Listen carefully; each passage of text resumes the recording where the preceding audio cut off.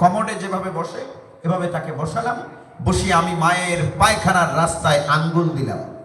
লোকটি বলছেন যে হুজুর, আমার মায়ের পায়খানা কাঠের মতো শক্ত হয়ে গেছে। আমি সেই পায়খানা আঙুল দিয়ে ঘৃণা না করে খুঁড়ে খুঁড়ে খুঁড়ে খুঁড়ে খুঁড়ে খুঁড়ে সেই পায়খানা অল্প একটু বের করেছি, তারপর পুরো পায়খানা বেরিয়ে গেছে। আমার মায়ের যখন আরাম হয়েছে তখন আমার মা দুটো হাত উঁচু করে বলেছেন, হে আল্লাহ, আমার সন্তান যেমন আমার কষ্ট দূর করেছে, তুমি তার সারা জীবন থেকে সব কষ্ট দূর করে দাও।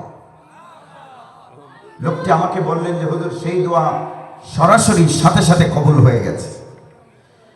আমি একজন দরিদ্র মানুষ ছিলাম, ব্যবসা করতাম, আমার ব্যবসায় বরকত হওয়া শুরু হলো। যেই মাসে মা এই দোয়া করেছেন, এই মাসের আগের মাসে আমি কিছু শীতের কাপড় কিনেছিলাম। ফরচুনেটলি ওই কাপড়ের দাম ডাবল হয়ে গেল। লোকটি আমাকে বলছেন